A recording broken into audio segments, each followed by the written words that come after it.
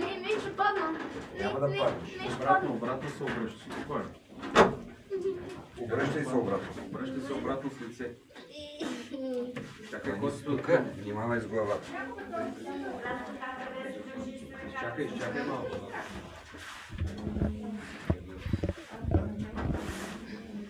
Внимавай да не си бъдеш. Ма тогаската ми пада. Не виждам нищо. Няма. Слизай спокойно. Върви. Да не виждам. В краката стъпалата.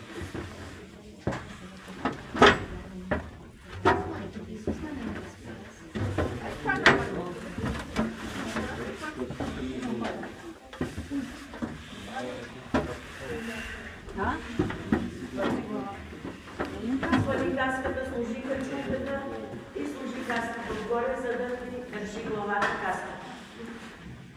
Или просто отдолу е стигни по-хубаво.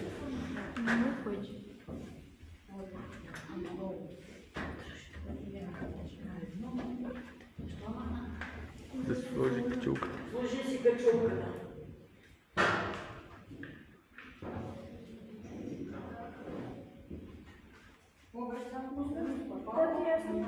Внимавай тук сами. А сега сложи каската отгоре, за да ти държи.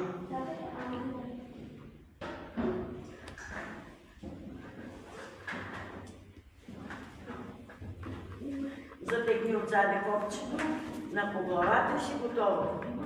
Ние продължаваме, тук навеждаме главата.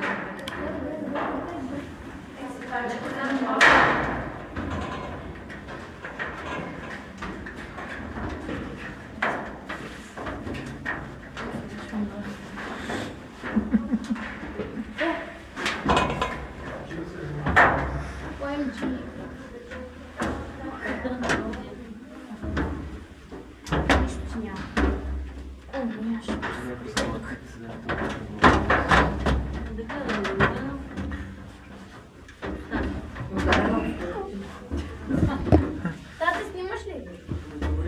Спокойно бе, снимам те. Това ми така снимка.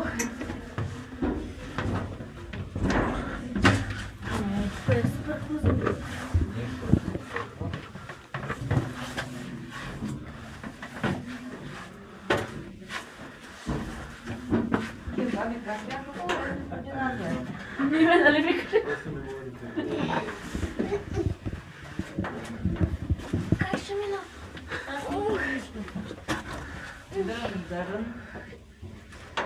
Образованието ни са пипат на някакъв сапан.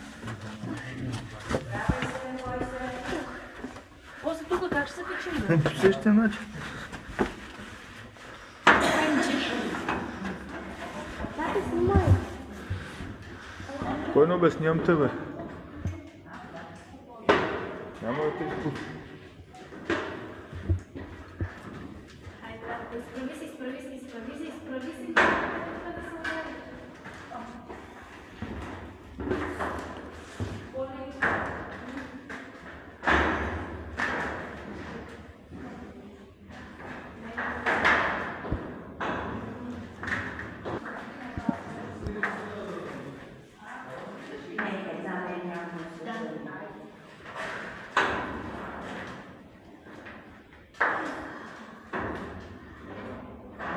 Изправи се. Вие ли сте последни? Да. Дъщеря Денеза от 1970 година, съвсем случайно.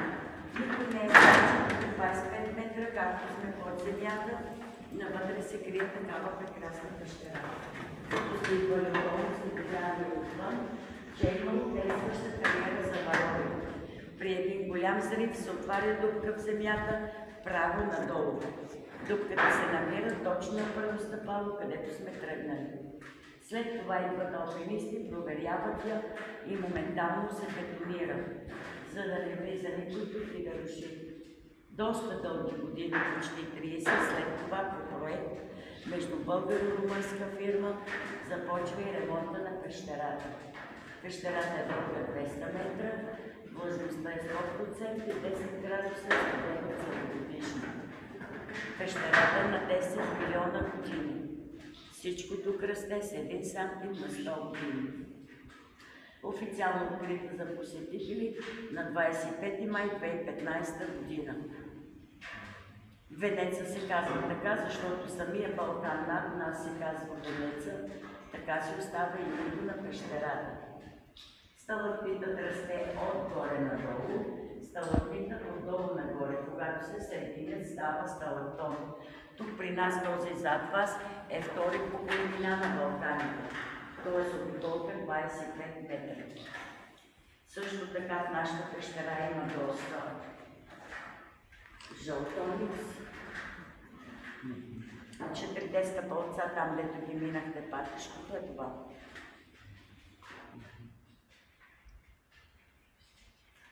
Също така в нашата пещера имаме и бял оникс.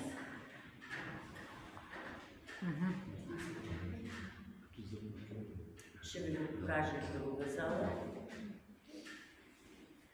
Сега продължаваме напред. Дайде, госпожо, чакаме само вас.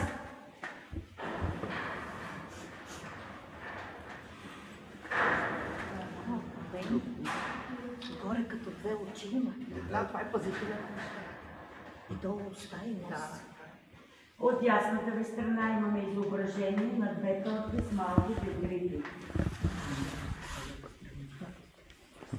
От другата страна, като се обърнем, имаме показалец, който ни показва пазителят на пещерата. Той има две очи, нос и уста. Отгоре също така обърнат прилеп от дендрит. Тук имаме едно навеждане на главата, минаваме стъпно.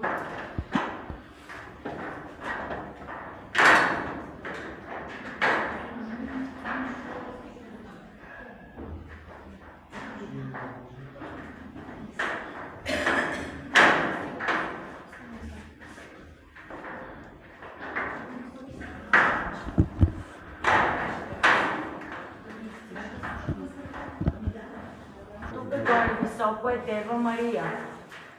Тя има глава, рамене и е сгушила Библията. От другата страна е Божията майка с младенеца. Тук отдолу са медузите.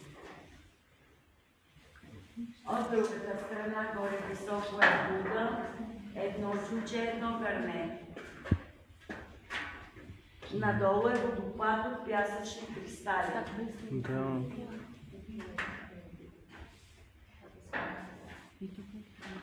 Това са небелогърчишките скали в Умаленгри, сянката от цар ученичката и отпред и Бозлужа.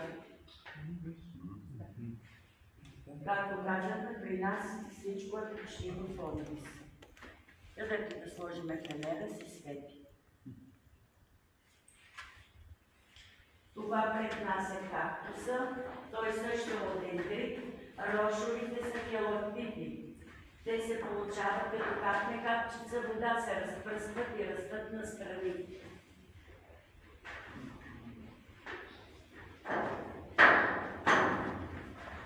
Тук от лявата страна, като минавате, имаме осветен бял оникс.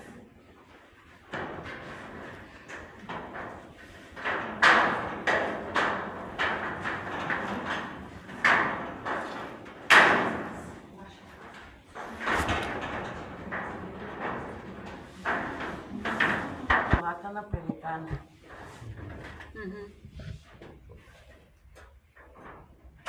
Той също от оникс. Ето му очето. Ето му и клюна надолу.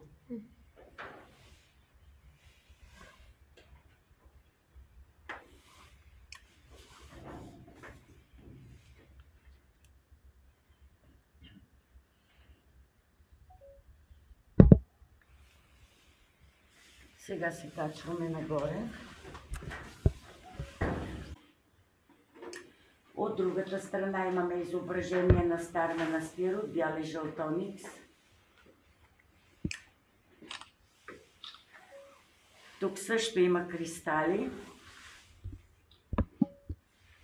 Едно зайче, една статуя и едно бюстче. Жълт оникс и бял.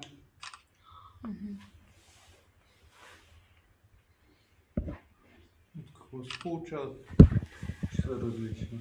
Ами зависи от самата скала на варовика, каква капка ще отделя. И дали ще се получи бял, жълтоник, дендрит, хелактин. Той също от дендрит. Отдолу има кули тръбички, когато се чукат, издават най-различен звук. Тук долу може да надникнете ни езерото и от тази страна рагонитните корали. А рагонитни корали. Снимките стават най-хубави, от тук не ги пипаме, те са крехки и се чупат. Тук също така имаме дървото на живота.